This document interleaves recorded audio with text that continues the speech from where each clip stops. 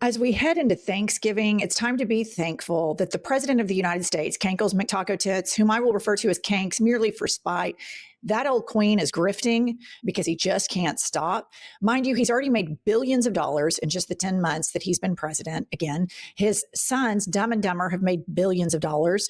All of his rich oligarch friends, I think, have made over $800 billion. But you know what? He has to make sure he rips everybody off. Most importantly, his supporters. Kylie, pop this up. Ron Filipkowski tweets, Trump just sent out a Thanksgiving fundraising email asking people to send him money so he can fight an alleged attempt by Democrats to impeach him. I need you to be extra generous during the holidays. Trump warns of impeachment and Thanksgiving themed fundraising email.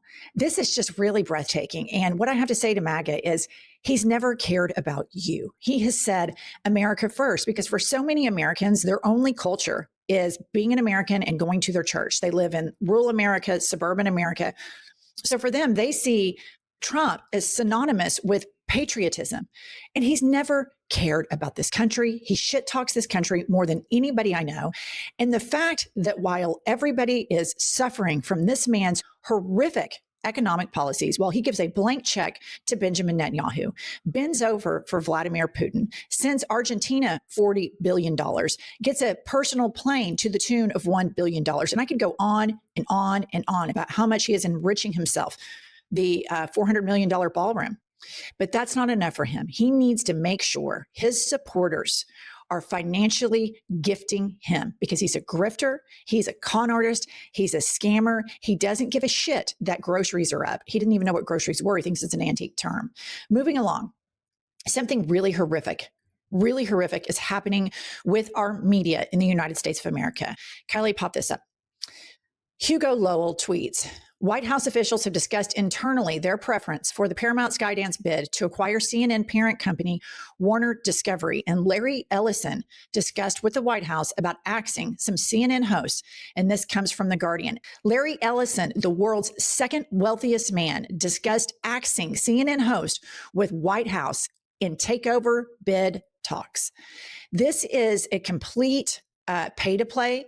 This is the president of the United States currying favor with billionaires and them currying favor with him. And this president has such disdain for freedom. He has such disdain for the media that he is willing to sell our Constitution and free press down the river to these amoral, completely insane billionaires that want more. It's not enough for them. They want to tear down the country for this man's fragile ego. And Larry Ellison is a part of the group that is buying TikTok because they want to whitewash the genocide. They want to make it a more pro-Israel site. And this is so dangerous when you think about it in terms like this. Think about the impact that Fox News has had on the people, conservatives in your life that used to be moderate Republicans that are now full-blown radicalized fascists because of the propaganda they consume on Fox News. That's not enough for this man with this fragile ego. They want to completely take over all of the media. And these same people also want to take over all of the jobs, not with immigrant labor, but with AI. The nefarious plans that these oligarchs have and the manner in which they use and exploit the dementia-ridden president who gives somebody named Bubba a blowjob in his spare time, and his fragile ego, the exploitation of this so that they can consolidate power, is really, really breathtaking. And it gets even worse from there. The Washington Post editorial board comes out against releasing the Epstein files. Adam Johnson tweets, Washington Post editorial board comes out against releasing the Epstein files, dismisses them as having no public interest. And Adam says how they know this without seeing them first is a mystery, and praises the lone no vote against their release from Clay Higgins. Okay, this is just extraordinary. The Washington Post is owned by Jeff Bezos. The Washington Post is the same paper that believed so much in journalism and democracy that they exposed Nixon, which now looks like child's play. But for them to say in this editorial, and for the editorial board, and for this to be released, is such an affront and an attack on democracy. The Epstein files so far have revealed a couple of things that are definitely in the public interest, aside from egregious sexual abuse crimes, including rape of children that took place, that should be shown into the light. But it also showed that Vladimir Putin was in discussions with Jeffrey Epstein and has a lot of compromising information on the president of the United States, which puts our national security at risk. Secondly, it shows that Jeffrey Epstein was in it up to his eyeballs with the Israeli government, but the American media won't report this because when it comes to Israel, they have to be hypocritical. They have to always side with the people that commit genocide. It's just utterly insane. So the fact that the Washington Post editorial board, when we know Jeff Bezos and his fascist rebrand spiked the endorsement of Kamala Harris and immediately rushed to the White House for this inauguration, this is a man who has more than anybody could ever imagine. And this is his legacy. His legacy is to coddle and collude with fascists and to protect powerful pedophiles. It is stunning. It is utterly stunning that these institutions, these media mammoths that we used to have so much faith in are now an absolute laughingstock. You may remember I've covered the New York Times ran an opinion piece that are women ruining the workplace. So now you have CNN is going to cave to Donald Trump. Larry Ellison wants to curry favor with him so that he can buy it. And they're going to turn it into another Fox News. Barry Weiss at CBS said she wants to blow the whole thing up. It's going to be another propaganda Fox News. The opinion pieces out of the New York Times and the Washington Post are utter garbage written for a party of one. It is stunning the collective amount of people that are engaging in willful moral blindness. And I believe it is willful. These people have capitulated to power, to greed, to coddling and rocking this man's fragile ego for their own personal gain. And they just sail where the winds take them, whatever is popular in that moment. This is not going to age well. But when you see our rule of law erode, our media erode, universities bending the knee, law firms bending the knee, these huge media empires bending the knee to favor capitalism over the truth, to favor fascism over the truth. We are really in uncharted waters, which is why it's so important. And thank you all so much for watching independent media here. Moving along, it gets even worse. J.D. Vance, the failed drag queen, Lil Smokey, the smoky eye sociopath who cannot even stand up for his wife and his mixed race children. That's how big of a piece of shit that old queen is. He has Jeff Bezos on speed dial. Kylie, pop this up. J.D. Vance texted Amazon founder Jeff Bezos demanding that he hire a right-wing journalist to run the Washington Post political team. So you guys, this is going the full way of North Korea, the full way of Russia. They want every single form of media to lie and propagandize the public. And they're not even trying to hide it.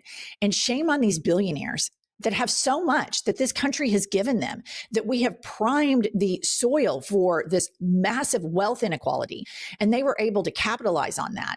And then once they get there, they show us what abject pieces of shit they are and talk about having no gratitude. It's just absolutely stunning. And then I want to end this episode with this clip that you've probably seen going around. This is a clip from a woman named Sarah Hurwitz, and she was a speechwriter for Michelle Obama.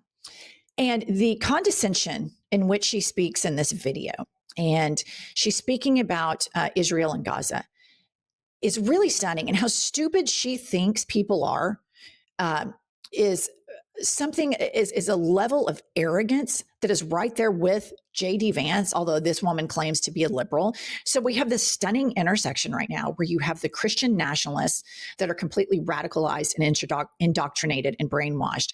And then you have these Zionists who are radicalized, indoctrinated, and brainwashed. And they both treat the viewing public with complete condescension and disdain. Listen to this stunning clip of this woman. Play the clip.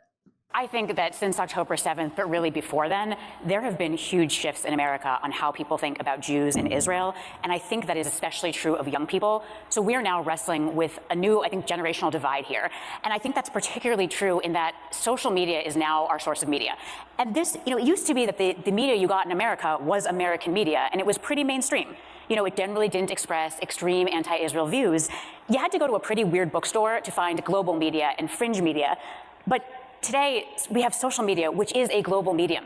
Right? Its algorithms are shaped by billions of people worldwide who don't really love Jews.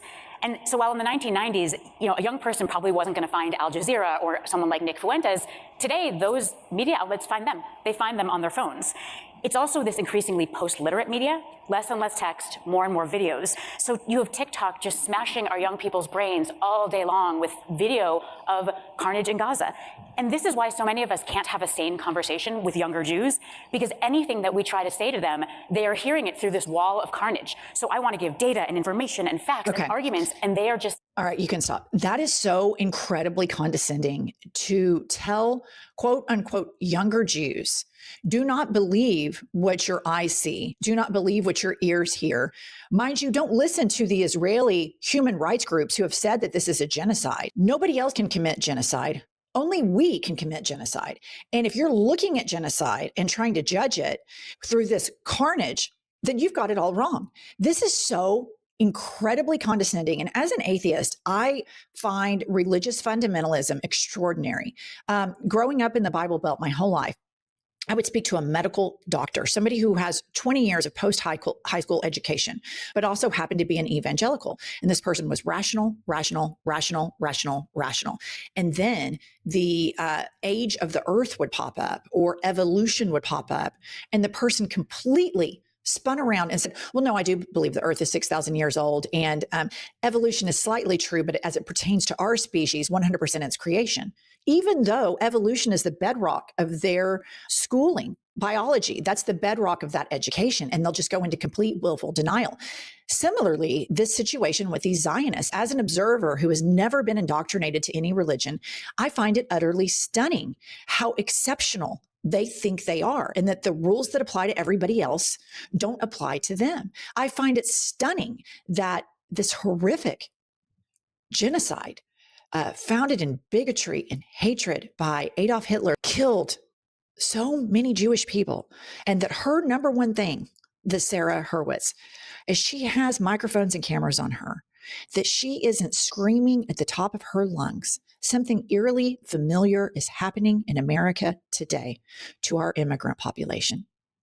Masked people are going to schools, hospitals, court hearings, Home Depots, places of business, and kidnapping and disappearing people. They are sending people to concentration camps in El Salvador. They're building their own concentration camps here called Alligator Alcatraz. I would think that Sarah Hurwitz, as a Jewish woman, would be hyper fixated on that is happening here in the United States. Furthermore, I think that she would be screaming at the top of her lungs regarding the genocide taking place in with Israel to Gaza. She'd be screaming at the top of her lungs, not in my name. Absolutely not in my name. And this is the emotional blackmail that happens that Zionists do. They tell you that you cannot criticize Israel because if you do that, you're criticizing Jews. And she, in that clip, is criticizing Jews herself because they won't bend the knee to her propaganda. They will not go along with the genocide. She is breathtakingly condescending. And you see through all of these clips and all of these headlines I've shown you, you have very few people at the top of the governing class on both sides of the political aisle that want to control narratives, that are trying to remove our thought autonomy, our ability to critically think. They want a public that they can propagandize. They want us to be dumb so they can do horrible shit. Benjamin Netanyahu wants to do horrible shit, and this woman is giving him an assist and is being so incredibly condescending, one could even argue anti-Semitic, to a younger generation of Jews. The hypocrisy is utterly astounding. We are really living through crazy, crazy, crazy times. So it is so important now more than ever that you engage in independent media, not only our channel, Midas Touch, Don Lemon, Brian Tyler Cohen, Pod Save America, and on and on and on. There are so many independent news channels that are not beholden to corporate money. And it's just so incredibly important. And think about it like this. MAGA built that when all they had was Fox News, and look at what it blew into. 2 terms for a complete fucking moron. So as overwhelming as all of this feels at times, just know that old Queen Kanks, he is underwater. The Democrats are winning across the nation and not even close. We are kicking their ass. So do not let these powerful few make you feel overwhelmed. Stay focused, subscribe to this channel, like this video, leave a comment to feed the algorithm so that we can build a pro-democracy